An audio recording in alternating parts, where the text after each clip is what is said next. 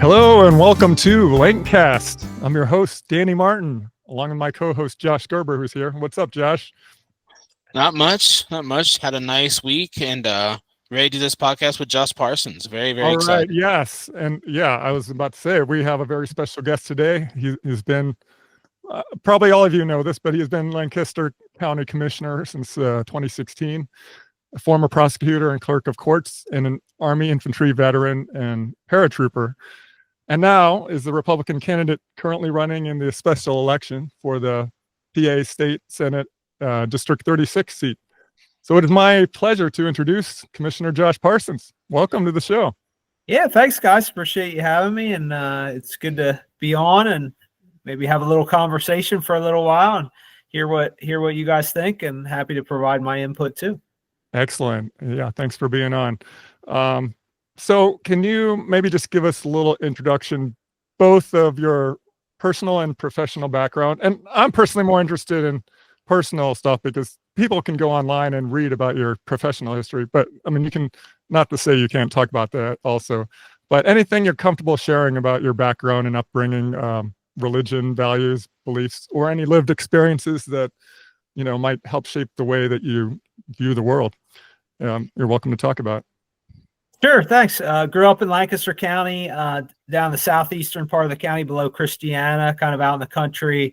Went to Octorara, which is kind of interesting because it's one of the only schools that cover parts of two counties, kind of unusual, but it covers Lancaster County and Christiana and Salisbury Township, and then some of Chester County.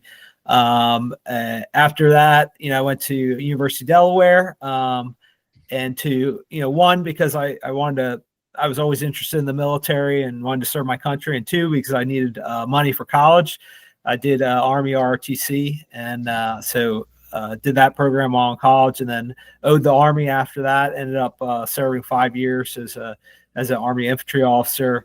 Got out, went to law school at Penn State Dickinson Law School in Carlisle. That's where I met my wife, and then came back, was prosecutor, clerk of courts, now county commissioner, and just love Lancaster County, love everything about it, and been honored to serve in different capacities serving our county. I think it's the best place to live, certainly best place to raise kids. I have 3 boys, and anywhere in the country, and we've tried to keep it that way. Awesome. Yeah, I've met your family out on the sports circuit at the township. Yeah. You have a real good cross country runner. So thank you. We're we work hard, maybe because we don't have those long legs. We're maybe not quite as good of runners, but but we work hard at it. Yeah, it's a township thing, I guess. Yeah, we've got a good team. Yeah, you do. You have good runners. Thank you. We have good wrestlers in Hempfield. Oh yeah, that's right. All right. I've kept up with that. I saw that in the paper. Yeah, pretty impressive. Cool. Well, I'm just gonna backtrack a little bit of our show, Lancast. We kind of, our mission, I want to reiterate our podcast mission, which kind of I guess maybe a year ago we first read it, and it's kind of been tweaked a little bit, but what we're trying to do, number one, and with our podcast mission, to explain to people why we believe, Josh and I, that the Republican Party is the best vehicle of change within our current system of government, and not just here in Lancaster, but at the national level. But number two, to also reach across the aisle and kind of try to bridge the divide and have our ideas be accessible on both sides, to the extent that's possible. And thirdly, to kind of promote our vision of what at least the Republican Party we think we should be, which is America First ideas and grassroots candidates, to kind of help free the party from control by career politicians and special interests, i.e. what we call the establishment, that we think hinders the implementation of these ideas. So, and when I say America First, that's not to say we only care about American citizens and have a lack of compassion for people in other countries. I think our ideas are actually more compassionate than, say, the neoconservative wing of the party, which wants us to be involved in counterproductive foreign wars. And plus, if we support strong borders and immigration laws, I don't think open borders are compassionate at all, because I mean, we don't have to get off on a tangent, but there's brain drain involved in the countries of origin, and also economic consequences to the destination country here.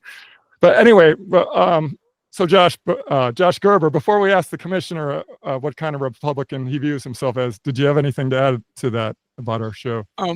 Yeah, I think our show, I mean, he laid it out pretty well, but I want to emphasize that about compassion. I think any human being can be compassionate for other people around the world, and that's what charities are for. And the reason why Danny and I say that we're compassionate people, but we don't think we should have influence around the world, is because that's our tax money. That's our tax dollars. That should be for the American people and for the American people alone. So with my libertarian hat on, I think everyone can always be compassionate and donate freely whenever you want to. But I think with USAID, what's happened with Doge lately, it just kind of shows that you can say you're compassionate all you want, but when you're trying to be compassionate at the federal level, at a level so high, there's going to be corruption.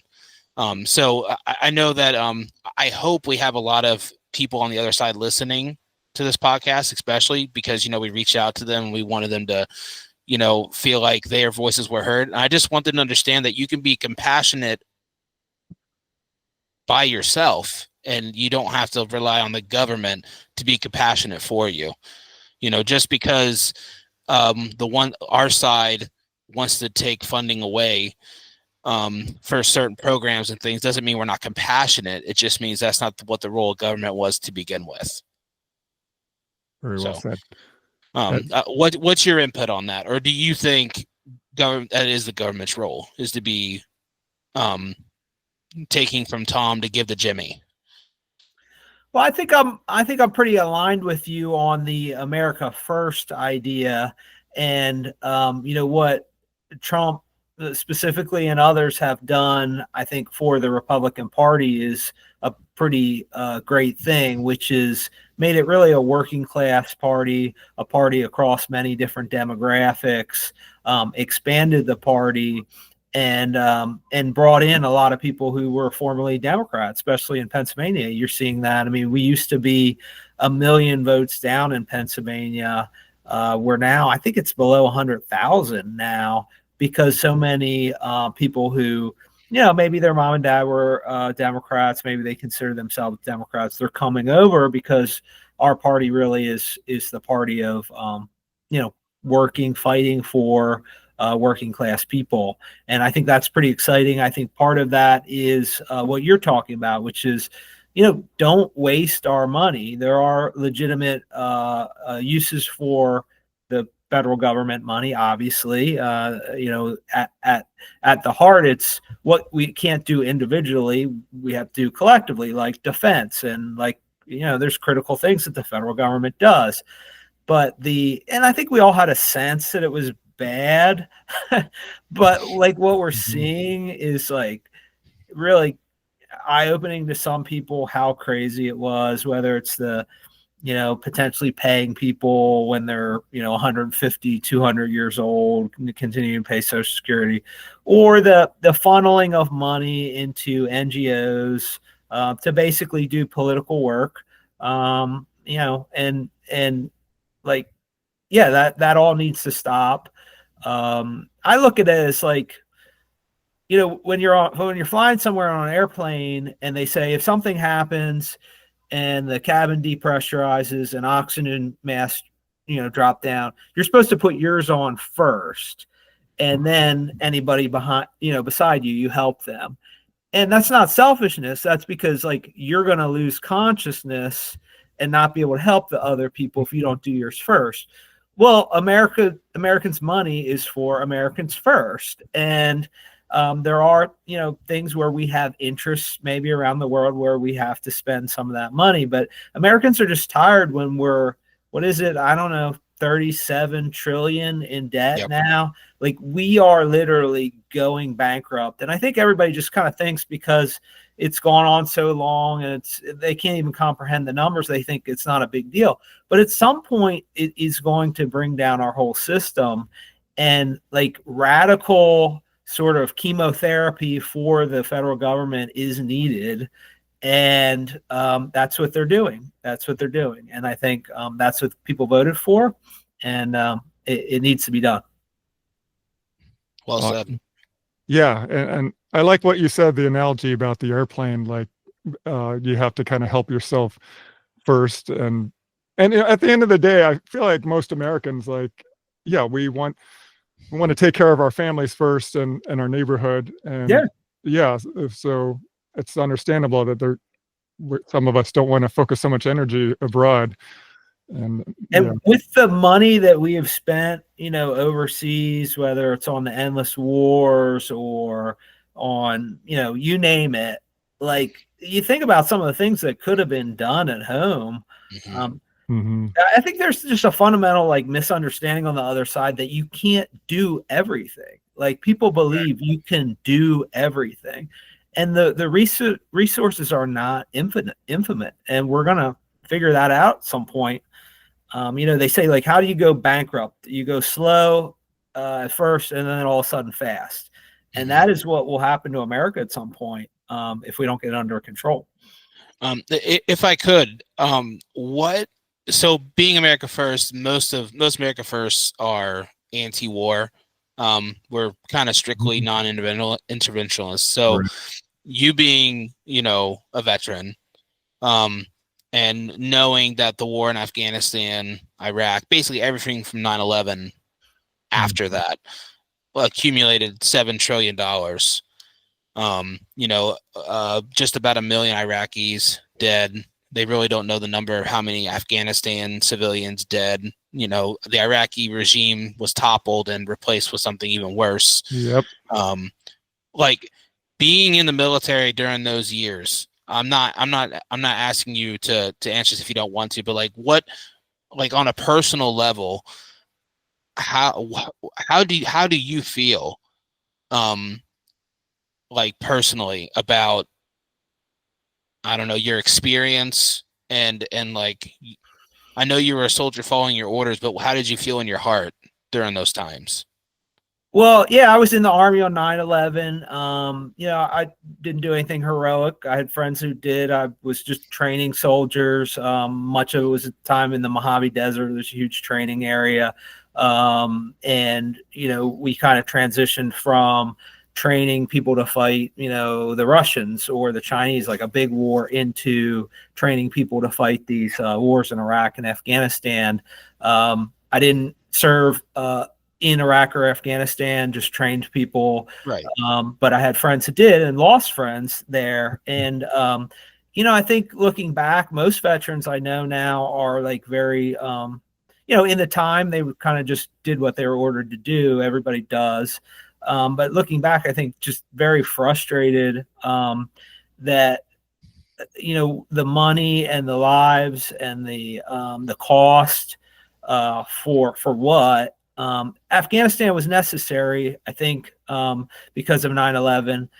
It was not necessary to spend 20 years there. It was necessary to go in, take care of the problem, and then leave. Iraq, not necessary, and just decisions by senior leaders to do that.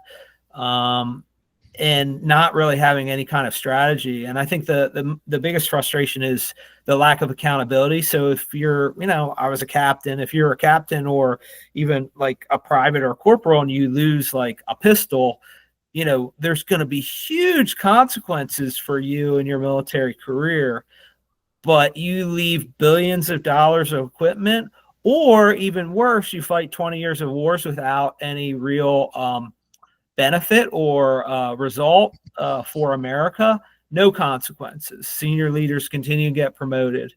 And so I think, people, I've heard people say about like Pete Hegseth and like, they're concerned about experience or whatever. And I think you see a lot of veterans, including some like really decorated Medal of Honor veterans, and supporting him. And the reason is because like we haven't won a strategic victory really since World War II. I mean, we won the first Gulf War very decisively, but strategically, just got us into maybe the second Gulf War. And so I think people are saying, well, after 80 years like that, and after 20 years of these wars with no result, like it's time to try something different. And our military was a mess too because of all the woke nonsense. And so I think people are excited for something different, and to have a strong military, but one that we don't just use all over the world for reasons that aren't clear and aren't fully supported by the public. And Democrats used to believe that, and now it's like Republicans saying it. So I guess another, just one more question before I let Danny take the reins back. That's okay. You brought up, you were talking about just the way the brass just keeps going up higher and higher. I do believe that's the way the neoconservatives kind of operate. So, like, you're clearly America first, like Danny and I, and with how are you going, if elected to be, the next senator of the 36th district, how do you plan to attempt to work with the neocons if they know that you are a bulldog America first kind of guy? Well, I think a lot of the issues that we were just talking about are federal issues, so they're not necessarily no, I understand that directly impactful. But you can, I hear what you're saying and where you're going. There's a difference even at in state government or even in local government, and I'm been willing to fight for things I believe in the political sphere. There's no question about that.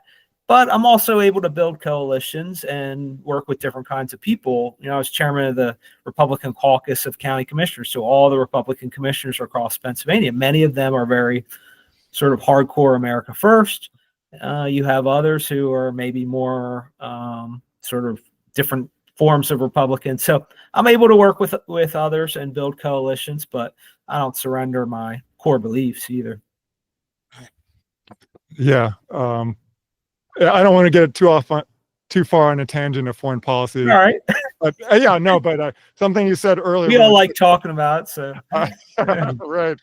Something you said earlier really clicked with me about how Democrats used to support non-interventionism, and at least I don't want to tell too much about my story, but I voted Democrat in 2008 for Obama for that very reason. Like, I was protesting the Iraq War. I was out there in the streets in New York and DC in the early 2000s, and I opposed Afghanistan too. But yeah, there's, for me, and I can have side conversations with my Democrat friends about this, but at some point it shifted where neither party is truly anti-war, but the Democrats definitely became the more aggressive pro-war party sometime around circa 2016, maybe earlier, during the Obama years, maybe around 2014, the Maidan coup. But that's all a big tangent. It's kind of weird. Yeah. So, and maybe it's easy to be pro-war when there's only a very small volunteer military force, 1% or less, rather than like a large force, draftees or whatever. Because a lot of people don't even know somebody in the military, so it's not particularly personal. Absolutely. It makes a difference when it's personal, and like somebody has died in the war. Like I know people. I know so many Gold Star parents, and yeah, it's a big deal. And I think it should be a big deal for everyone. But yeah, we can move on. So most of the questions, we're gonna move on to the the question and answer session, and most of the questions we gathered were from non-conservatives. And we'll get to that in a minute. But I did want to mention that we had Rachel from Moms for Liberty on our show a couple months ago.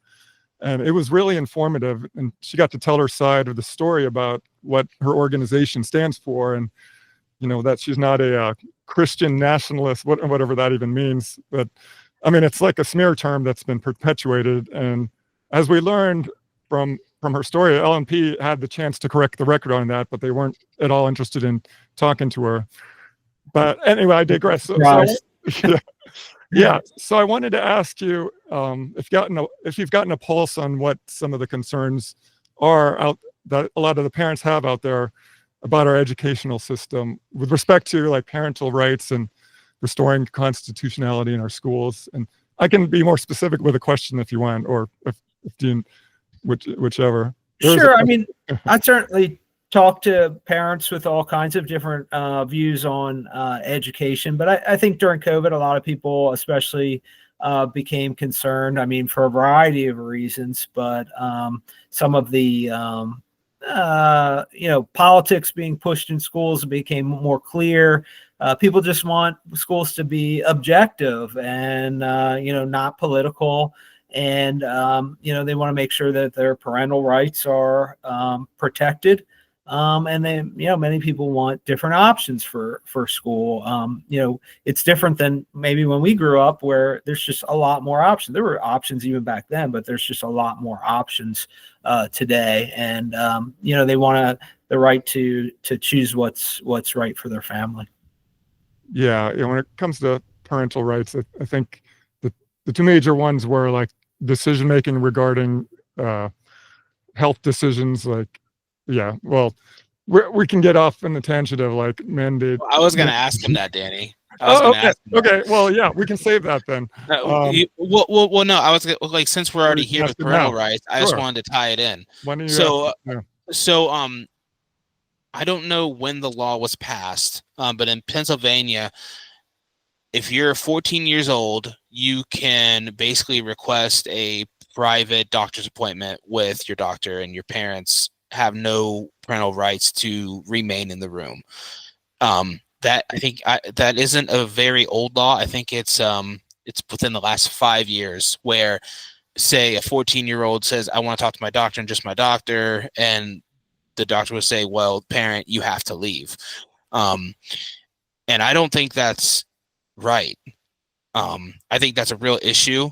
I think if a child is suffering from a mental illness, or just isn't quite right, for a child to be able to say, okay, I don't want my parent in the room while I talk to another adult, that should not be something that is enforceable by law.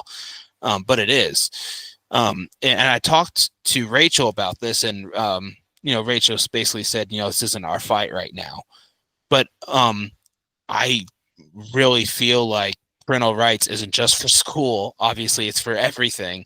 And I should have complete and total right to be in that room with my child, with my doctor.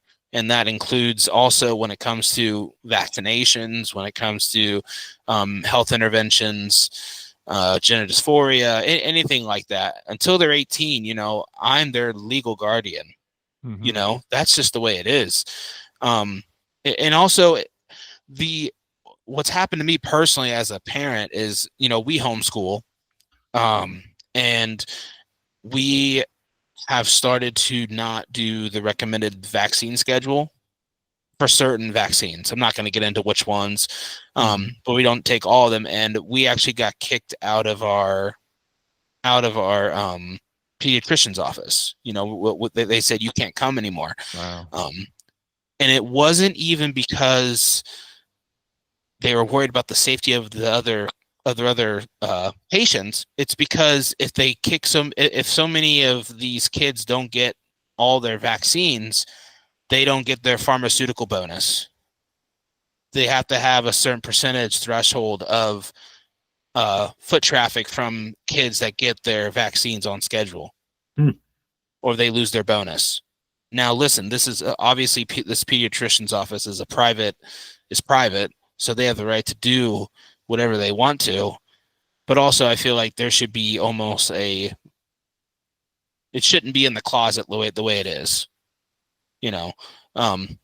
My kid almost wasn't able to go to preschool because the preschool called my wife and said, hey, your kids out of a physical, and like, we know we're losing our pediatrician because we aren't vaccinating our kids with certain vaccines, and we're in the middle of it. And they're like, well, you can't come to preschool until your kid is past a physical.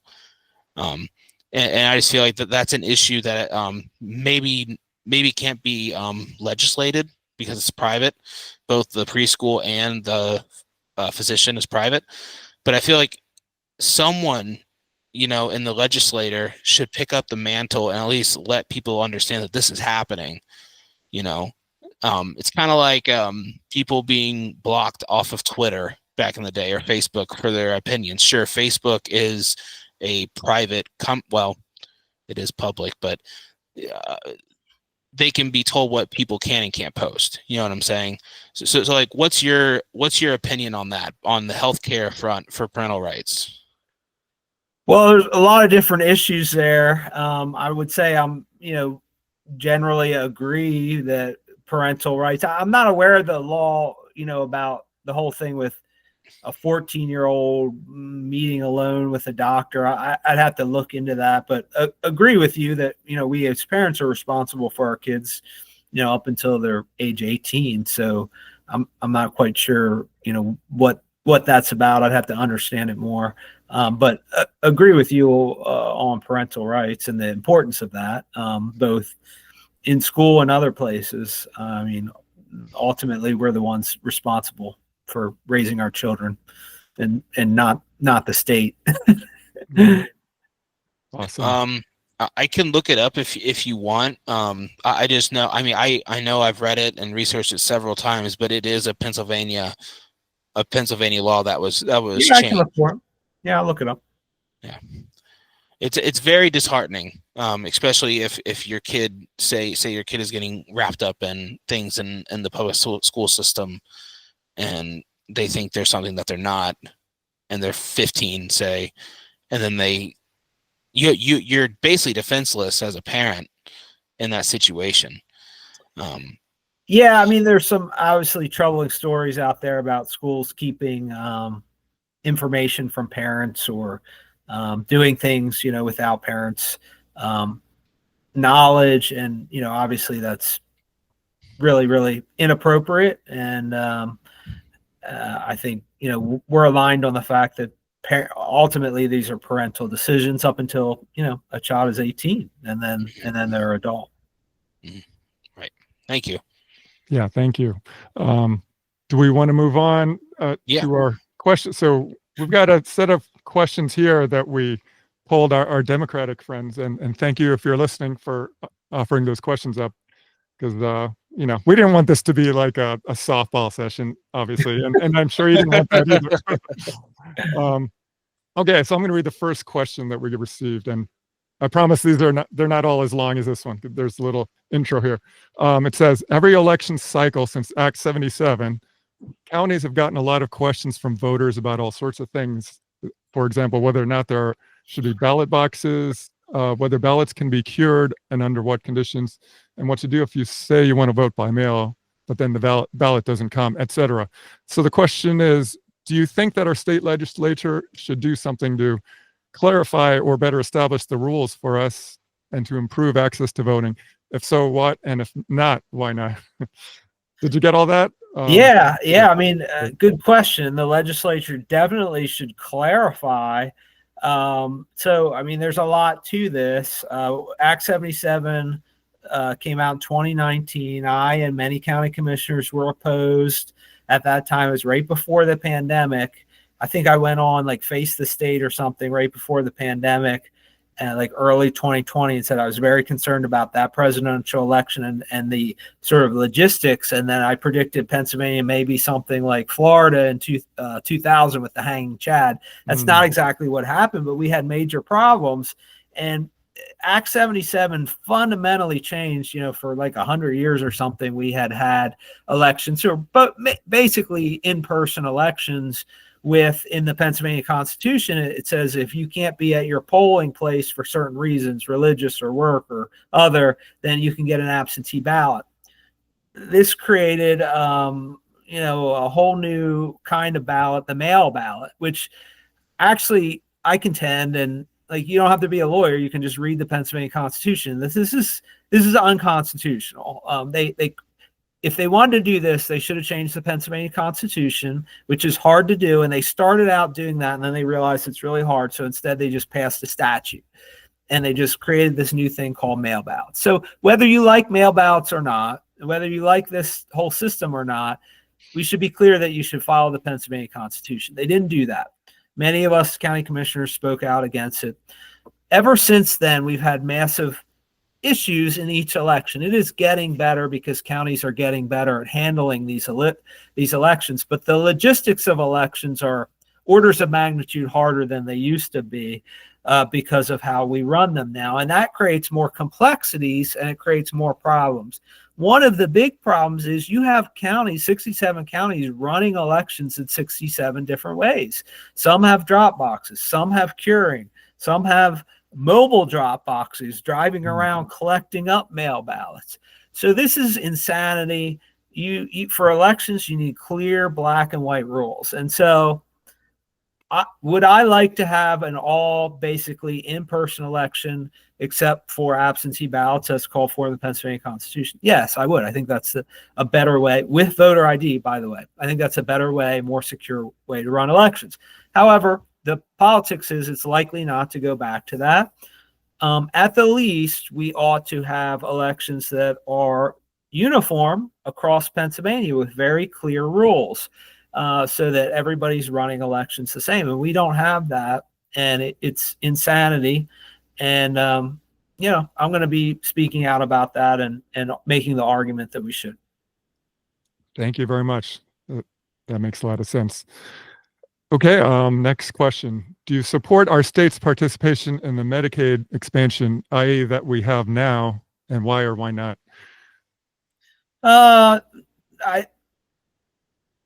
I think, in general, we want less people on Medicaid. There has been a push from the left to get as many people on Medicaid as possible.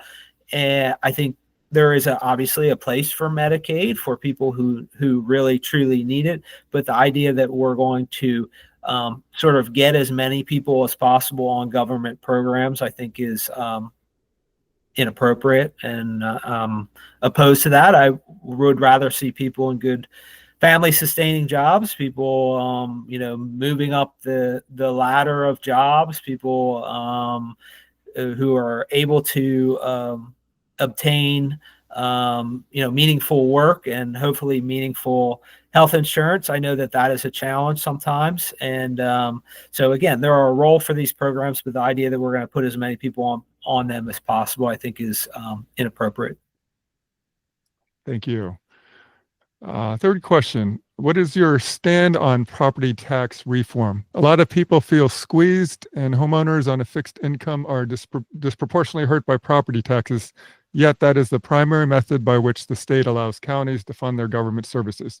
Should the state approve alternative methods for funding county government other than property taxes? Yeah, another really good question. And so, yes, I am tired of meeting with people, especially senior citizens who paid off their home, worked their whole life, and yet they still are at risk of losing their home because of property taxes. And so you have your local municipality, your township, borough, or city, and then you have the county. But the big one really is school property taxes. That's normally the largest by far share. And so this is a really challenging issue, and that's why people, forever you've heard people talking about campaigning on the issue, and nothing ever seems to change. Yes, I do believe that we need to get it fixed. The problem is there are my understanding is other areas of the state where it's not as maybe as a priority issue as it is for us here. Maybe there's not as much pressure. Maybe it's just not as a top priority for legislators and legislators in some areas of the state.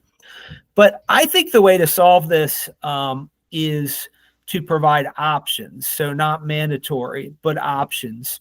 And I'm not sure why this hasn't happened yet, because you could provide, let's take county property tax. Right now, it's basically it's in the law. That's our major way to collect revenue. You could give counties, the state legislature, because we have to follow the state laws, could give counties an option to implement another type of tax. For example, a consumption tax, a sales tax. Not mandatory, but optional. The key is that you have to say in that law that if they're going to do it, they have to lower property taxes dollar for dollar for every tax they collect in the other tax.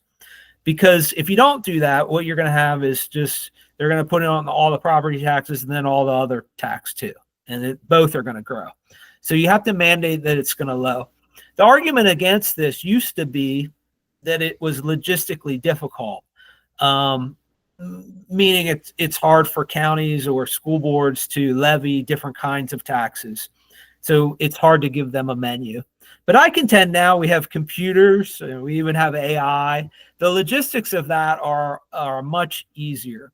So I think you could give a menu to taxing authorities to do that. And I think you could really lower the property tax burden. And by the way, so if you guys didn't like your property tax, all you'd have to do is come and lobby your 3 county commissioners rather than lobbying hundreds of legislators, because we would have that option that had been passed by the state legislature.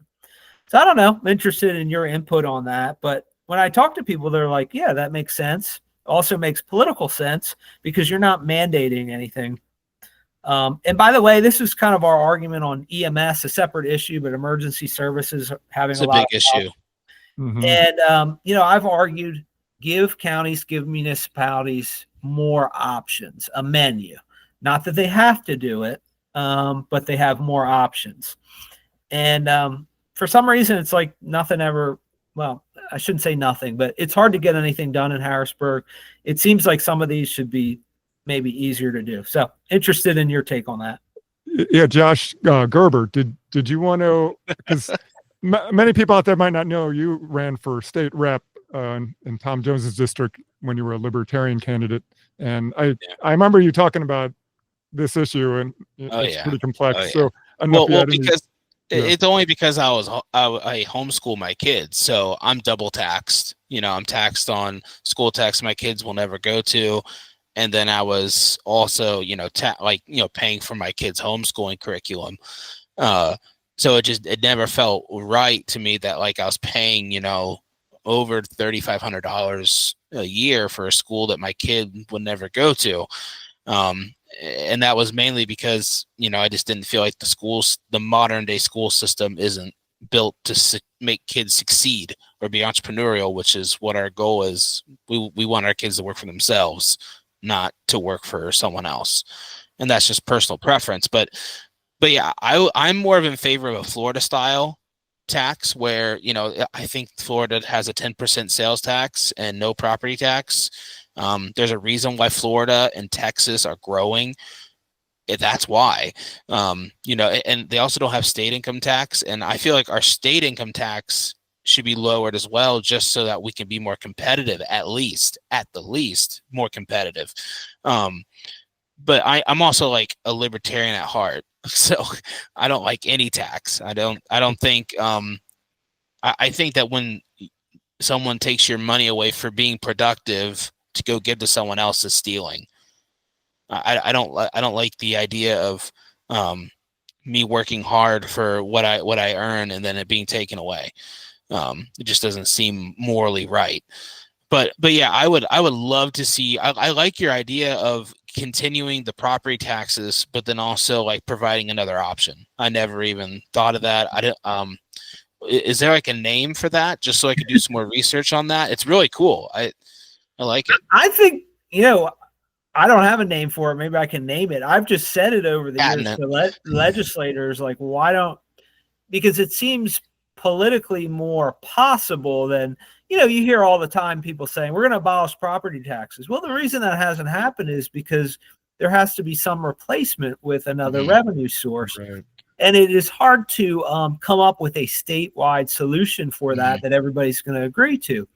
But the blessing of Pennsylvania, and some say also curse, is we have lots of local governments, and we have lots of decisions made close to the people in the Commonwealth. We've got, just in Lancaster County, we have 60 municipalities. And so oftentimes a way to solve things in Pennsylvania is to provide options, but not mandates. And I think maybe that's the solution on this, but we'll see. I'm sure some people will object, but I'm not sure why if you're not mandating anything. Other than the logistics argument, which it can be a little complicated, but it's already complicated in Pennsylvania because I think we have more taxing authorities than like anywhere else in the country combined or something. So, yeah. Well, yeah, and if you give options, that's just the free market, and then the people will choose what's the best option, and the best option will reign supreme. There's no force involved in free market. That's why America is the best country in the world. Is because we embrace the free market and free choice. Yeah, and I suspect, so if the legislature tomorrow gave counties that option, I suspect we would have a lot of people coming into our meetings. We hold like 150 public meetings a year, so we have a lot of interaction with the public on every subject. But I suspect we'd have a lot of people come in and say, we want some better mix where, implement some of that sales tax and lower our property taxes. That's just my guess. And then if you got 2 out of 3 commissioners to agree with you on that, then you could get it done in your county. Potentially you could do that with your school board too. I don't know. I like it. Yeah, this is a great topic, and I love the creative solutioning. We could probably spend the whole hour just talking about this, but I will move on to the next question. And thank you for your answer. The next question: many people, parents in particular, feel there is an epidemic of mass shootings across the country. Do you think there should be any new gun restrictions to deal with this crisis? And if not, are there other ways the General Assembly can help? I'm very solidly pro Second Amendment, lifelong hunter, shooter. And I think the issue is not the taking rights away from law-abiding citizens. The issue is dealing with the underlying issues that are causing school shootings. I think, it's a scary, tough issue. I think maybe we're doing a better job, hopefully, of identifying people who are at risk. If you look at the commonalities in many of these things, many of the people who perpetrated these shootings have had some either early warning signs, sometimes very obvious, and or interaction with law enforcement, and those things weren't stopped. As well as antidepressants. What's that? Antidepressants as well. Pharmaceutical drugs. A lot of kids are highly medicated as well, and almost a very good percentage of mass shootings where they're done by adolescents or very young adults. Those young adults were on antidepressants. Yeah, there's an abbreviation for that, like SSIs or something. Yes, SSRIs. Yes, SSRIs. Yeah, I think that came up during the RFK confirmation. Yes, RFK's talked about that extensively. That almost all these shootings, the kid is full of SSRIs, and they've been on them since they were even younger than 10 years old. And that's and again. That's the other reason why I homeschool. I have 3 boys, and boys are almost always targeted by public schools that, hey, your son won't sit down, he won't stay quiet, he can't sit still, he's making a gun out of a pencil and an eraser. Like, boys are kind of targeted by public schools to, like, hey, he's not sitting down, he needs some Ritalin. He needs some medicine that's going to make him behave and sit like a zombie in class so everyone else can learn. So sorry, I don't want to get off on a tangent. I apologize. It's just SSRIs are a huge issue.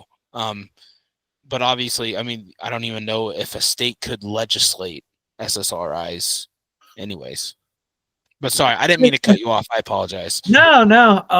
I think the issue is honing in on those commonalities and figuring out, intervening earlier and more effectively on those people who,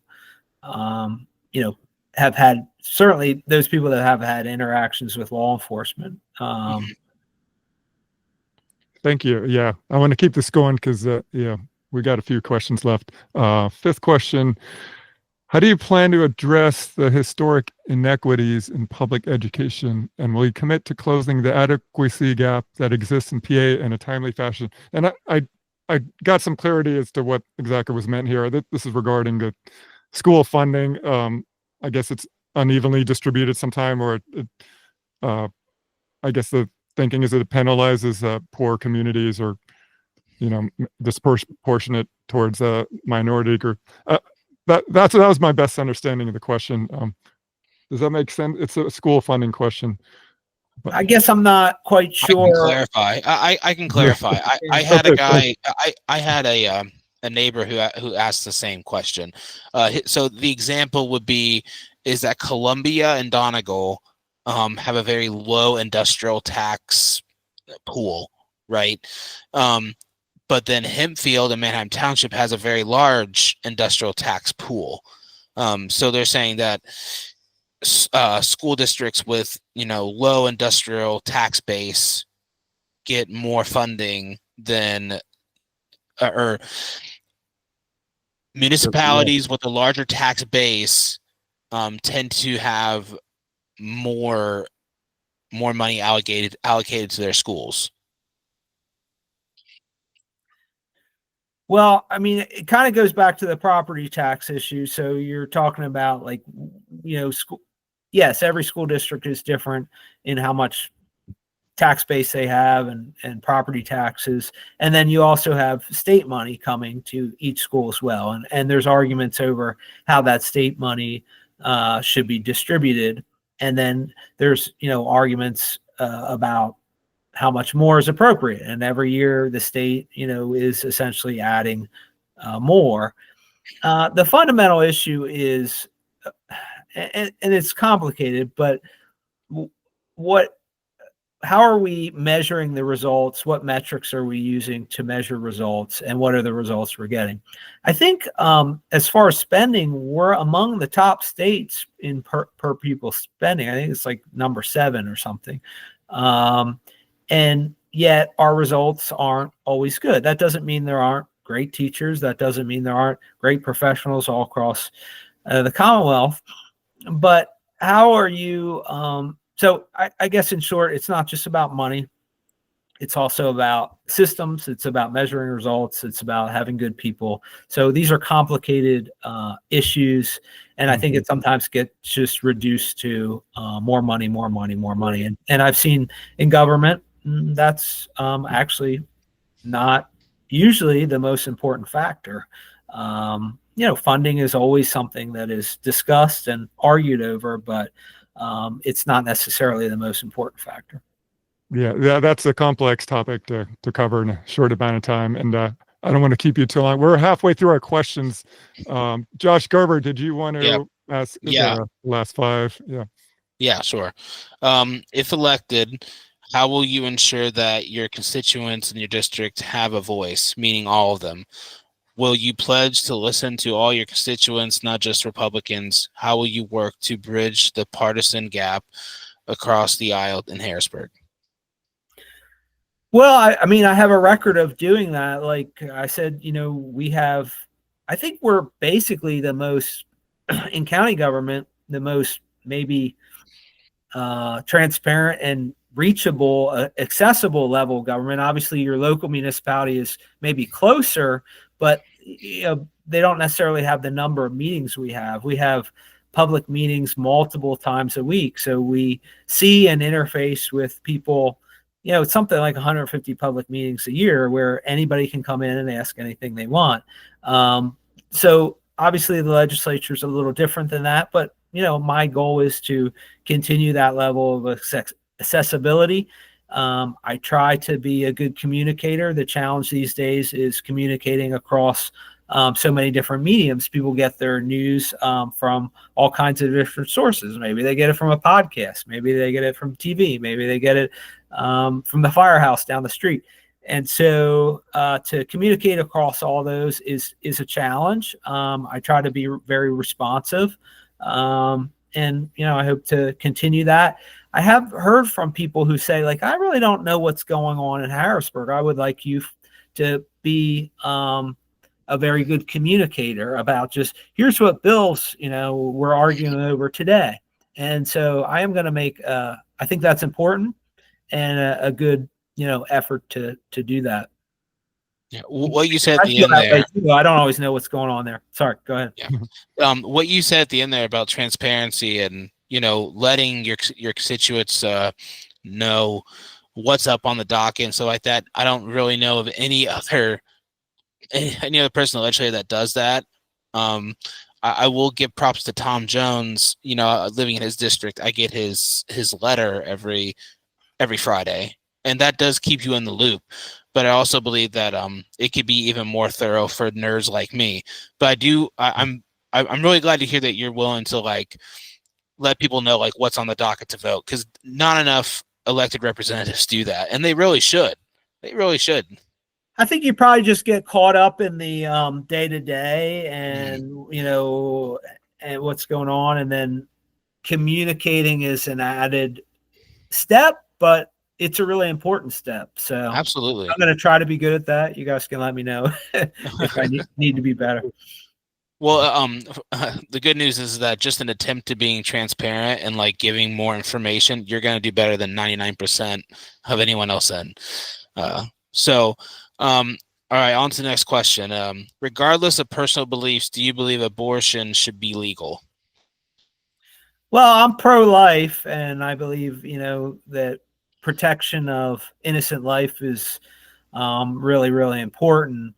And so, that's my answer. I understand there's lots of different policy positions on, where people draw the line, but I'm pro-life. Cool. I think that's a pretty fundamental issue. Yep.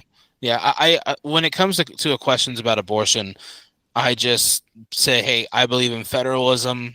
I believe that each state should dictate what their law says democratically. And that's the way our Constitution was written. It's not a constitutional issue. It wasn't in the Constitution. So that's just the way it is. That's how I always come to it. You're correct in that. And, when Roe v. Wade got overturned, there was people saying, well, now abortion is illegal. And no, Roe v. Wade was basically a judge writing something into the Constitution that they believed should be there, right, rather than the states deciding it individually, which is where, most issues, that's the beauty of our system, is that most issues ought to be decided at the state level. Mm-hmm. Absolutely. All right. Next questions. Poor mental health is impacting almost every aspect of community life, and mental health system is woefully underfunded. The governor's budget provides some amount of state funding at least as last year, which, hold on, I'm sorry, this is worded weird. The governor's budget provides the same amount of state funding as last year, which is way under what most experts say is needed to meet the country's demands. What is your position on funding for mental health treatment and services? Well, I'm not really sure what that question means. A lot of times you hear these sort of talking points thrown around like woefully underfunded. People, oftentimes will say that about whatever issue that they care about. So I would need more specifics on that to be able to answer that accurately. Are there serious mental health issues? Yes. Are there lots of reasons for them, including, the state of health in our country, and the state of our medical system and everything else. Yes, again, these are complicated problems, but just saying something is woefully underfunded without sort of talking about the details, it's hard to provide an intelligent answer to that. Right. And I think this is the core problem between Republicans and Democrats in general. When a Democrat sees a problem, it seems like their number one thing is let's fund it. Let's throw money at it and try to fix it. Let's let the experts take the money and fix the problem. And I feel like almost at like a ground level, base level, Republicans are like, what can I do to fix my issue? And I feel, I don't know why this is, but it just, that question to me is a lot like the education questions is, we keep raising money, we keep depleting our surplus fund in Harrisburg for schools, and maybe it's going to help, maybe it's not, but throwing money at problems rarely ever actually fixes the problem. It just creates a market of corruption and someone's getting fat off of it. Yeah, a lot of these problems are huge and they have a whole host of reasons and a whole list of things that need to be fixed. And I'll give you an example of something that I worked a lot on at the county level. When I came in as county commissioner and became chairman of the prison board, our prison was one of the most troubled in the Commonwealth. We had multiple inmate suicides a year. We had high levels of assaults. We had all kinds of problems. And basically I went to work and we got a new warden who is awesome. And we put her in place and put new leadership in place. And we went to work. I met with any correctional officer who wanted to talk with me on any of the 3 shifts. I'd go out there at 2 a.m.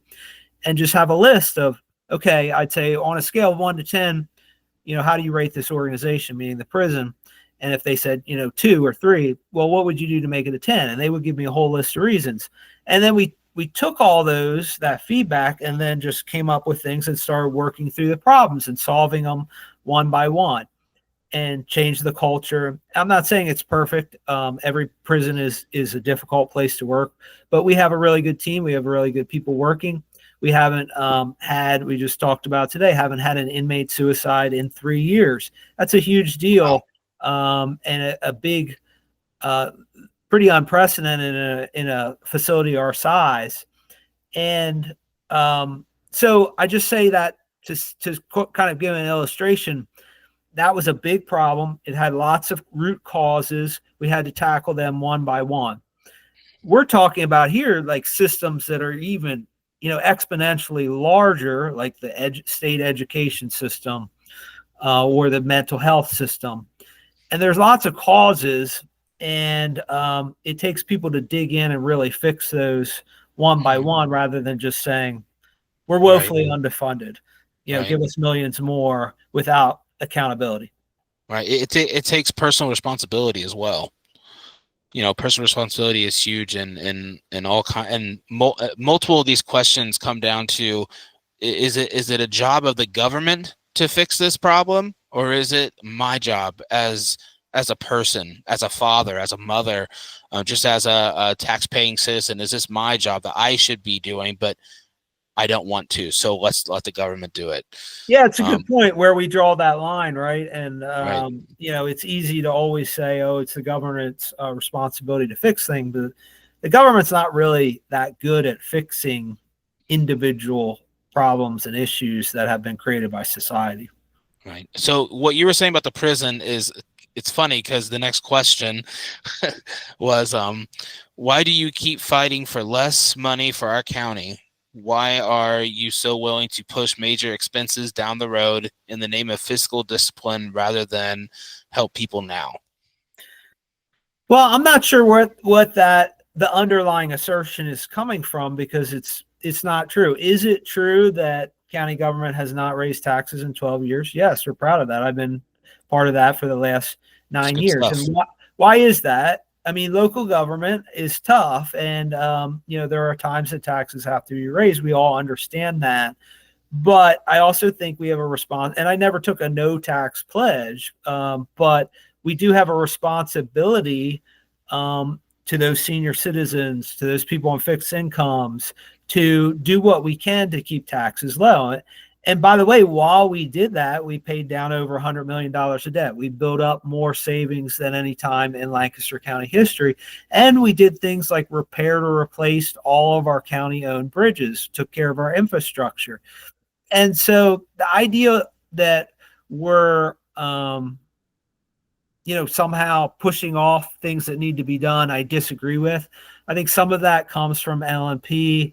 Some of these people read LNP, which is, just really, I could talk about this all night. I've talked about it a lot. Very, very dishonest, very political organization.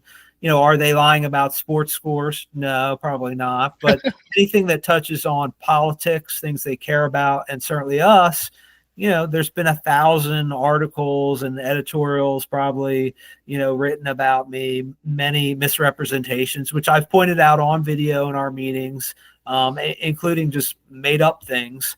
And so I think people that read that oftentimes have a very, a view that is diametrically opposed to what reality is.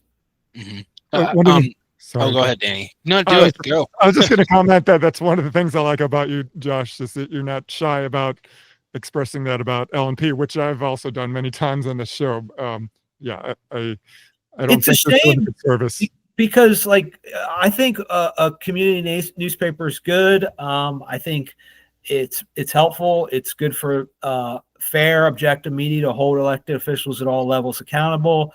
I think it's newspapers are a tough business, yes, but if any community could have sustained one, Lancaster County could have. The Amish and Mennonite, they all got it. Everybody kind of used to get it. Now I walk around and I talk to people, just regular people, not political people. Hey, do you still get LNP? No, they'll tell me, no, it's trash. And well, where did that come from? It's because people get that what they're doing and the manipulation that's going on. It used to be many years ago, they kind of leaned left, but they were basically still a news organization. And then during COVID and Trump, they just went all in on politics. And it's bad for the community. It's been bad for them because obviously they're hemorrhaging subscribers as well. And, they would be much better served to just be an objective newspaper and not engaged in politics. Yeah, go ahead. So one last thing I want to interject. My buddy Gil Smart used to write for the paper many years ago. He had a weekly column called Smart Remarks, and it was left leaning, but it was good. Yeah, I remember. Yeah, absolutely. And he left before that whole ship started sinking. So I miss the Gil Smart days. Just want to give a shout out to Gil. So before I go to the last question, I did want to say that I talked to people about you, like Democrat friends and stuff, and they have a crazy perception that you're some terrible guy, and I don't understand it. I don't know you as well as Danny does, but you're a father. And I was telling Danny about this earlier today when we had a phone call, and I'm just like, it's really, really hard to see a good father and dad be a jerk, for no reason, or it's kind of you don't see that. I don't understand the reason why people think you're such a bad person. when I think you're a man of character, you served our nation, and it almost feels like just because you're a Republican and you're an elected official and that you support Trump boastfully, they must think you're some kind of a monster.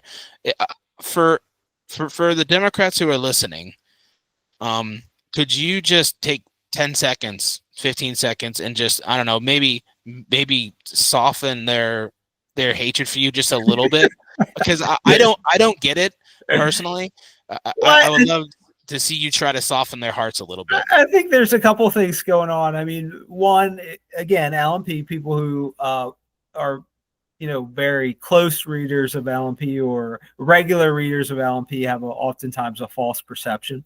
Two, like I legitimately have been willing to fight for things I believe in, and COVID was a very divisive time in many ways, and I was obviously, people were on a continuum, and I was on the freedom side of the continuum, and so that that caused some division, and I've been willing to speak my mind on things. And so all of those things maybe sometimes cause that. And also politics is just, there's some natural, I don't know, conflict in politics, and you have to have a thick skin. But I think regular, kind of Democrats out there, I have a good relationship with people in my family who are Democrats who I love, disagree with, but love. And I think that, I've got relationships with voters and regular citizens out there across the political spectrum. And I think unless you're like insiders or you're in the leadership of the Democrat Party, I think there's, a lot that we agree on. And I think that's true from my record. I mean, my last run for commissioner, I think had the most votes of any commissioner county in history. I mean, many of those came from independents. Many of them came from Democrats. A lot came from conservative Republicans because I'm a conservative. But there's lots of folks out there who, are still willing to support people that they like or agree with on many issues, but maybe not 100% of issues. Or maybe they just like the results that we've gotten in Lancaster County, whether it's those 12 years without raising taxes, whether it's paying down debt, taking care of our infrastructure, #1 in the nation for farmland preservation. And I think some of those like good stewardship things, whether it's that or, we care a lot about clean water, things like that. A lot of that cuts across party lines too. So there's a lot that we probably agree on with regular working Democrats. People who are in Democrat, party leadership are probably never gonna agree with me or vote with me. You might have seen me smirk, and that's because you brought up the farmland preservation. We don't have enough time. Maybe you'll come on again some other time, and we can talk about farmland preservation and the effects it has on working class people. I do want to get to the last question from our Democrat friends. This is a long mouthful, so just bear with me. I'm going to do my best. Okay. Okay. All right. Has to do with immigration.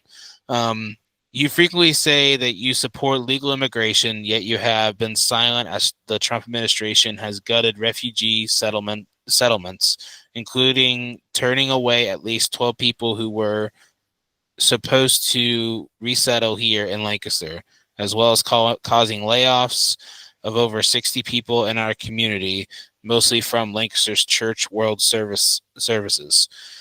How exactly are you supporting legal immigration? What is your message to the refugees who have been denied entry after going through all of the months and years of vetting to those Lancaster County residents who are now without their work supporting legal refugee resettlement? Whew. Sorry. It's a mouthful.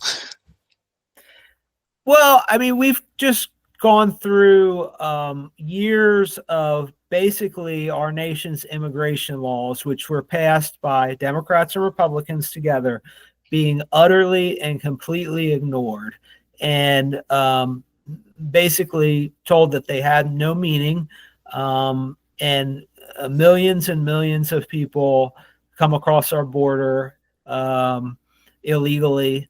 And then communities like Lancaster basically saying that we're going to ignore immigration laws and we're not going to cooperate with immigration authorities. And so it is appropriate with a new president who ran on this issue to reassess all that.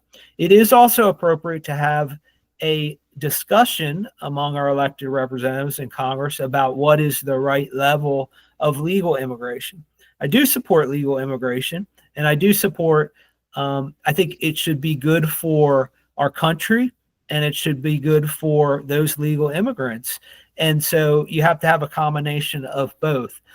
Um, and but I didn't hear anybody from Church World Services or any of these other NGOs speaking out against the massive amounts of illegal immigration, which I argued throughout that time was bad for legal immigration. Because when you see what that does to our country, you're going to logically have some people argue that there ought to be less legal immigration too.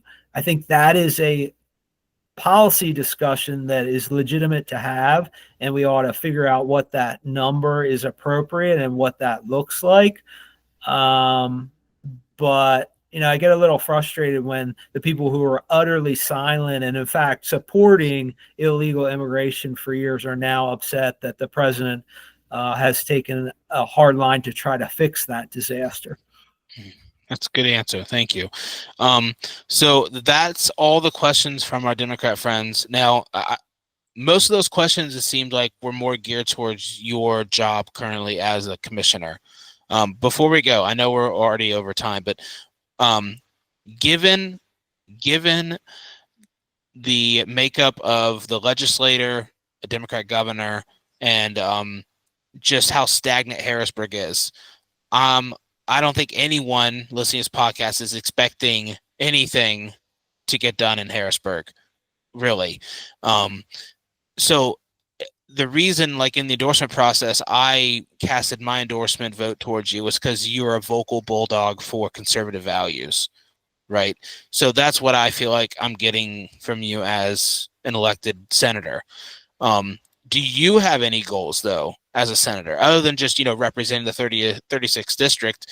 Like, is your goal just to be a vocal bulldog for your principles and your values?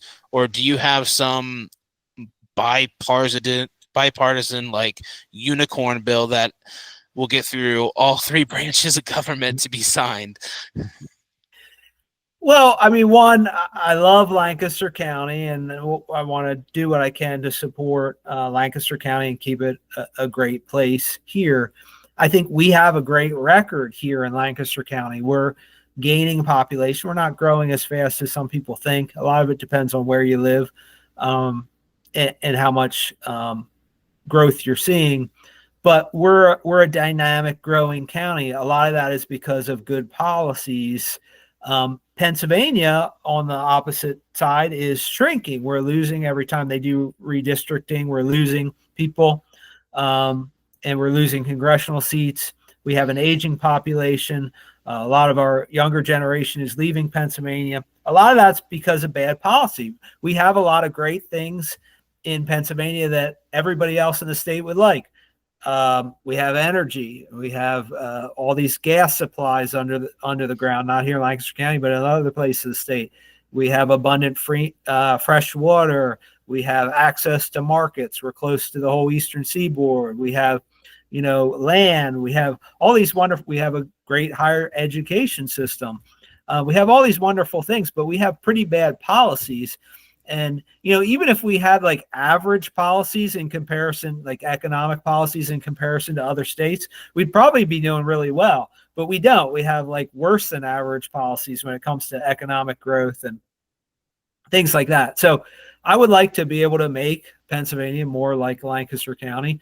There's also, policy things I'm interested in, whether it's public safety and law and justice, or, helping to fix our elections, or, many other things that I'm willing and interested in digging into. But am I under the misconception that, if I win this election, which hopefully I will, that I'll be able to immediately change Harrisburg? No, I'm not. I understand that there's a lot of forces in play there, but I have been willing to fight for things that I believe in, that my constituents believe in. And I have been willing and able to build coalitions to fix big problems. So I'm hopeful that I can have some impact. Thank you. Thank you. Yeah, I don't have any other material prepared. Do you want to close by giving a plug for the special election date or anything else you want to say before we go? Yeah, so it's March 25th, coming up fast, and I think many people thought the special election would be set for a primary date in May. It wasn't. They set it on another day. So we're just gonna work hard to get voters out and make sure they're aware of our positions and aware of our record, which I think is a good one, and continue to work and talk to people. So I appreciate you guys taking the time to have a conversation. Enjoy it. I always enjoy talking to you guys, whether it's on a podcast or not, and I appreciate your insights and thoughts on policy. And I think a lot of times we're aligned, maybe not always, but that's okay. That's what this is all about. And so happy to come back at some point and talk to you more. Hopefully successful on March 25th, and then I can talk to you about what Harrisburg's like from my perspective. If not, come back as a county commissioner. But we're working hard, and I think we'll be successful. I'm hopeful. All right. Awesome. Thank you to. I just want to say thank you to the people who asked us questions. It's not easy being in the minority party and asking and coming up with a question for the majority party person. Just thank you to the listeners. Thank you to any Democrats that participated in asking questions. And we do want to reach both sides because, a house divided cannot stand. And even if we disagree, I think we all can, even though we disagree in policy and other cultural things, we're all still Americans. We're all still Pennsylvanians, and we love this place that we call home. So thank you for coming, Josh. I really appreciate it. It was a great talk. Thank you, guys. Yeah. Thank you, Josh, and thank you everyone listening. Thank you. Let us know what you think in the comments, and take care, everyone. Peace.